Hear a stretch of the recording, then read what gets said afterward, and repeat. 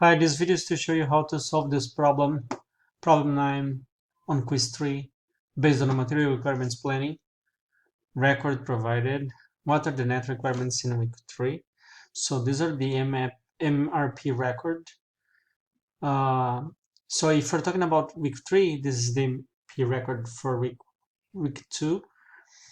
So what I did is I recreate this in Excel. Okay, so what we know from this information is that we had the gross requirement of 50 units in week 1, and then we have a scheduled receipts of 100, and we have an available inventory. I had available inventory of 75, and then in week 2 we have a gross requirement of 250. So if we get gross requirement of 50 and we had an available inventory of 75 and we don't have any other requirements, so my available inventory is going to be equal to what I had last week minus the gross requirement. That's the reason we have 25, and this is the same 25 that we have on hand inventory in this MRP record. Okay, so what we know from here is that we have a plan order released on week 2. So an order for production, a production order was released in week 2, and that's lead time is 1 week.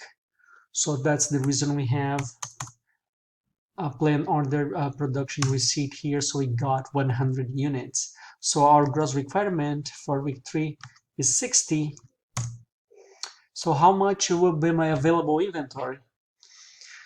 I'm sorry, how much will be my net requirement? So my net requirement is equal to my gross requirement minus my available inventory and minus any other requirement that I would have. In this case, we don't have any other requirements. So to compute the net requirement for week 3, we simply subtract our gross requirement from our available inventory, which is 35.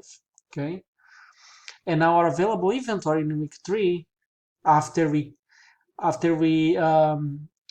use this gross requirement, is going to be equal to everything that I got from my order receipt this week minus my my net requirement, which is 65. So this is how you compute the everything in that table, but more specifically, if I'm talking about week 3, the net requirement is going to be equal to, one more time, the net requirement is going to be equal to my gross requirement minus my available inventory from the week before. Remember, this available inventory will be for week 4. Okay, so this is how you compute that. I mean everything.